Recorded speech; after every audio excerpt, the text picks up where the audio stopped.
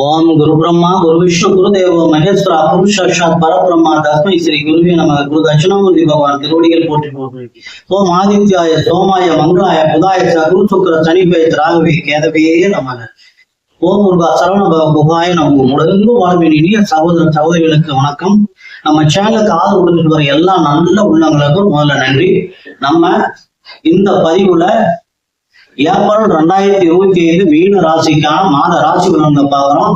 இந்த ராசி பலன்கள்ல ஏப்ரல் மாதத்துல நவக்கிரகங்கள்ல எந்தெந்த கிரகங்கள் எங்கெங்க மாறி இருக்கிறாங்க அப்படிங்கிறதும், அதனால என்ன பலன்கள் நமக்கு நடக்க போகுது அப்படிங்கிறதையும், உங்க ராசிக்கு மீன ராசிக்கு சந்திராசனங்கள் எந்த நாள் இருந்து எந்த நாள் வரைக்கும் அப்படிங்கிறதையும், மீனராசியில் இருக்கக்கூடிய ஒவ்வொரு நட்சத்திரங்களுக்கு உண்டான சுப நாட்கள், ஏப்ரல் மாதத்திற்கான சுப நாட்கள் எது, அசுப நாட்கள் எது, யோக நாட்கள் எது அப்படிங்கிறதையும் தனித்தனியா நம்ம விரிவா கொடுத்துருக்கிறோம். இது எதுக்கு அப்படின்னா, நீங்க ஒரு காரியத்தை செய்யறப்ப இது உங்களுக்கு தனிப்பட்ட வளங்கள். ஒரு காரியத்தை நீங்க செய்யறப்ப இந்த நாள் நமக்கு எப்படி இருக்கு அப்படிங்கிறத தெரிஞ்சுட்டு செஞ்சீங்கன்னா உங்களுக்கு சிறந்த ஒரு நல்ல வழிகாட்டி அமையும்.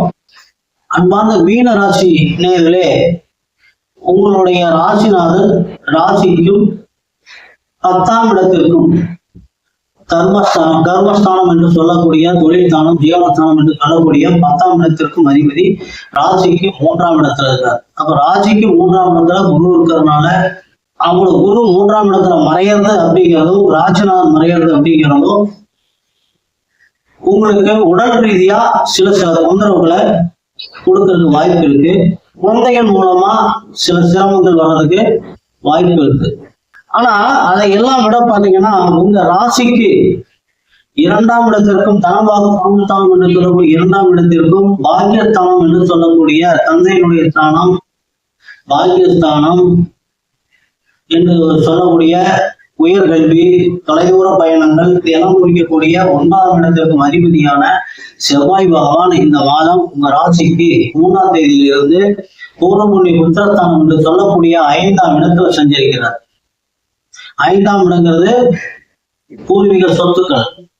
செவ்வாய்ங்கிறது வீடு, நிலம், வண்டி, வாகனம் இதுல எல்லாம் உங்களுக்கு இருக்கக்கூடிய பிரச்சனை எல்லாம் இந்த மாதம் தீர்ந்து போயிடும். சிலருக்கு வண்டி வாகன யோகங்கள் அமையக்கூடிய வாய்ப்பு இருக்கு. சகோதரர்கள் மூலமா, நண்பர்கள் மூலமா, பூர்வீக சொத்துக்கள்ல வீடு பிரியாம இருந்து பாகம் பிரியாம இருந்ததுன்னா அவங்க மூலமா, திருமணம் ஆகாம இருக்கிறவங்களுக்கு திருமண யோகம் அமையக்கூடிய ஒரு மாதமா இந்த மாதம் மிகச் சிறப்பான மாதமா இருக்கு. 5ஆம் இடத்துல இருக்கக்கூடிய செவ்வாய் பகவான் தனாதிபதி, பாக்கியஸ்தானாதிபதியான செவ்வாய் பகவான் உங்க ராசிக்கு லாபஸ்தானத்தையும் பார்வையிடுறார். அப்ப வண்டி, வாகனம், நிலம், வீடு, நண்பர்கள் மூலமா உனக்கு மிகச்சிறந்த ஒரு நல்ல ஒரு செல்வ செழிப்பை வழங்கக்கூடிய ஒரு மாதம். ஆனா உங்க ராசியிலேயே ராசிக்கு லாபஸ்தானத்திற்கும் விரயஸ்தானத்திற்கும் அதிபதியான சனி பகவான் இருப்பதும், ராசியிலேயே ராகு பகவான் இருக்கிறதும், உங்க ராசிக்கு 6ஆம் இடத்து அதிபதி என்று சொல்லக்கூடிய கண்ணருண ரோக சத்ருஸ்தானாதிபதி என்று சொல்லக்கூடிய சூரிய பகவான் ராசியிலேயே 14ஆம் தேதி வரைக்கும் 14/4/25 வரைக்கும் இருக்கிறதும். ஆக 15ஆம் தேதி வரைக்கும் நீங்க மிக மிக எச்சரிக்கையாக இருக்க வேண்டிய காலகட்டங்கள். ராகுவும் சனியும் குரு பகவானுடைய புத்திராம்ச பாதம் பெற்று தனவரவை கொடுத்தாலும் கூடவே சூரியனும் இருப்பதனால நீங்க வண்டியில போறப்ப வர்றப்பெல்லாம் ரொம்ப ஜாக்கிரதையா போயிட்டு வரணும். ரோட்ல போறப்ப ரொம்ப கவனமா போயிட்டுமாங்க. கொஞ்சம் ஏமாந்தீங்கனாலும் அடிபடுறதுக்கு உண்டான வாய்ப்பு இருக்குது. ஏன்னா அஷ்டமாதிபதி உங்க ராசிக்கு திருதிய அஷ்டமாதிபதி என்று சொல்லக்கூடிய 3-8க்கு உண்டான அஷ்டமாதிபதியும் உச்சம் அடைஞ்சிருக்கார். வக்ரம் அடைஞ்சிருந்தார் 13ஆம் தேதி வரைக்கும். 13ஆம் தேதிக்கு மேல வக்ர விதியை உச்சத்துக்கு இருந்தார். அப்ப அஷ்டமாதிபதி உச்சம் வர்றப்ப சுக்கிர பகவானால திடீர்னு மனைவியினுடைய மூலமாக, கலைத்துறையின் மூலமா, வண்டி லக்ஸூரியஸ் தொழில் திடீர் அதிர்ஷ்டங்கள் இருந்தாலும், திருதியை அஷ்டமாதிபதி என்று சொல்வதனால மனைவியினுடைய உடல்நிலையில, ஆரோக்கியத்துல ரொம்ப ஜாக்கிரதையா பார்த்துக்கணும்.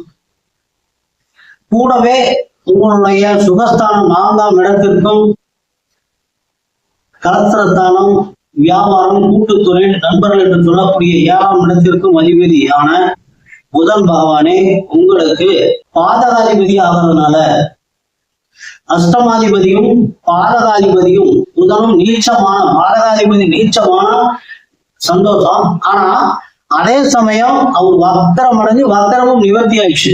7ஆம் தேதிக்கு மேல வக்ரம் நிவர்த்தி ஆகி பாதகாதிபதி நீச்சத்திலிருந்து நீச்சம் பங்கம் அடைஞ்சிருக்கிறார். அப்ப பாதகாதிபதியும் வலிமையா இருக்கிறாரு, அஷ்டமாதிபதியும் வலிமையா இருக்கிறார். அப்ப இந்த காலகட்டத்துல ராகு, சனி, சூரியன் எல்லாரும் ஒன்னா இருக்கிறதுனால வண்டி வாகனங்களை போறப்ப, மேல மேடு பள்ளங்கள் ஏறி இறங்குறப்ப, உயரமான இடத்துல வேலை செய்யறவங்க இவங்கெல்லாம் கொஞ்சம் ரொம்ப ரொம்ப விழிப்புணர்வா இருக்க வேண்டிய ஒரு காலகட்டம்.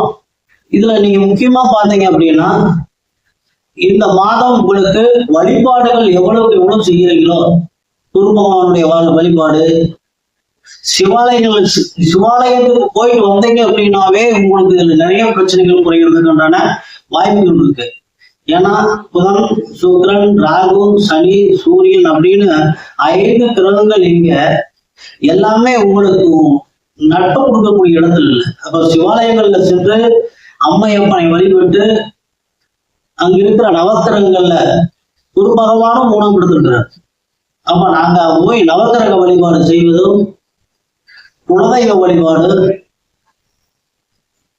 நீர்நிலைகளுக்கு அருகில் இருக்கக்கூடிய கருப்பணசாமி வழிபாடு,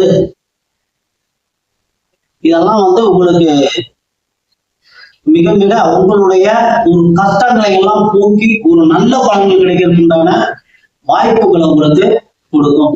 மீன ராசிக்கான சந்திராஷ்டம தினங்கள் 13/4/25 காலை 8:40 மணி முதல் 15/4/25 இரவு 8:30 மணி வரைக்கும் மீன ராசிக்கு சந்திராஷ்டமம். பூரட்டாதி 4ஆம் பாதத்துல பிறந்தவங்களுக்கான சுப நாட்கள் ஏப்ரல் 2, 4, 6, 9, 11, 13, 16, 21, 23, 25, 27, 29. அசுப நாட்கள் ஏப்ரல் 1, 13, 14, 19, 26, 28, 30.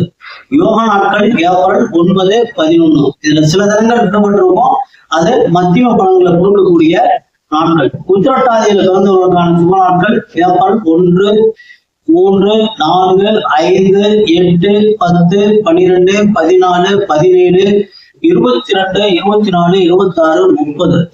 அசுப நாட்கள் ஏப்ரல் 2, 15, 20, 27, 29.